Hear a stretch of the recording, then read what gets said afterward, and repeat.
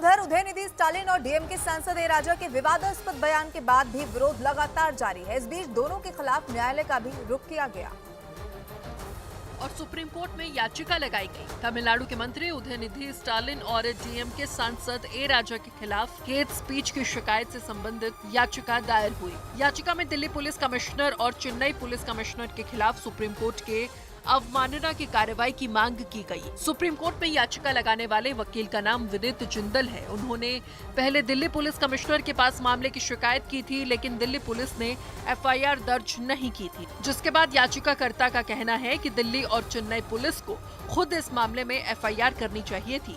उधर यूक्रेन दौरे पर गए अमेरिकी विदेश मंत्री एंटनी ब्लिंकन के सामने ही यूक्रेन के विदेश मंत्री ने पश्चिमी देशों की क्षमता पर सवाल उठा दिए। जंग की शुरुआत से ही ज़ेलेंस्की कह रहे हैं कि ये लड़ाई केवल यूक्रेन और रूस के बीच की नहीं, बल्कि पश्चिमी देशों और रूस की है, क्योंकि रूस ने यूक्रेन पर इसलिए हमला किया क्योंकि यूक्रेन नेटो का हिस्सा बनना चाहता था।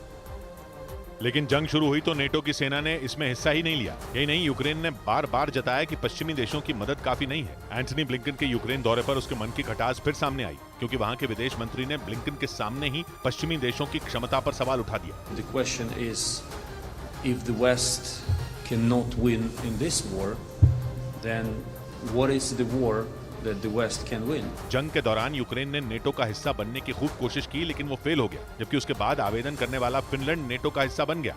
उधर यूक्रेन के रक्षा मंत्रालय ने रूस की सेना पर हमले का खौफ से भर देने वाला एक वीडियो जारी किया और दावा किया कि उनके सैनिकों ने ड्रोन की मदद से रूस के एक बेहद आधुनिक और ताकतवर टैंक को तबाह कर दिया। और जो वीडियो जारी किया गया उसमें उस टैंक में जोरदार विस्फोट होता नजर आया। धमाके के साथ ही उस टैंक के ऊपर आग का एक विशालकाय गोला बन गया। तस्वीरों को देखकर यह अंदाजा लगाना मुश्किल नहीं कि इस हमले के बाद उस टैंक में मौजूद सैनिकों का क्या हाल हुआ होगा।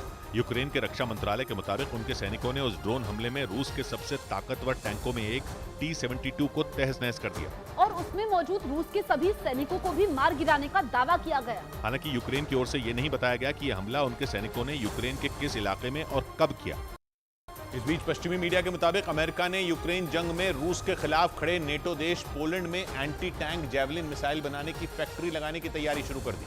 खबर के मुताबिक पोलैंड और अमेरिका की हथियार बनाने वाली कंपनी लॉकहीड मार्टिन के बीच एक समझौता भी हुआ, जिसके तहत अमेरिकी कंपनी पोलैंड में एंटी टैंक जैवलिन मिसाइल बनाने की फैक्ट्री लगाएगी। जंग के बीच ये खबर रूस को चौंका देने वाली है, क्योंकि जंग की शुरुआत में ही अमेरिका के इस खतरनाक हथियार ने अपनी ताकत पुतिन की फौज को दिखा दी थी। जैवलिन का इस्तेमाल बेहद आसान है, क्योंकि इसे आसानी से कंधे पर रखकर चलाया जा सकता है। साथ ही इससे निकली मिसाइल ताकतवर टैंकों को भी आसानी से बर्बाद कर सकती है, जैसा कि जंग की शुरुआत में ही रूसी टैंकों के साथ हुआ भी था। और अब इसी घातक हथियार को पोलैंड में ही बनाने की तैयारी की जा रही है, क्योंकि जैसे जैसे जंग आगे बढ़ती जा रही है, पोलैंड और रूस के बीच भी तनाव बढ़ता जा रहा है।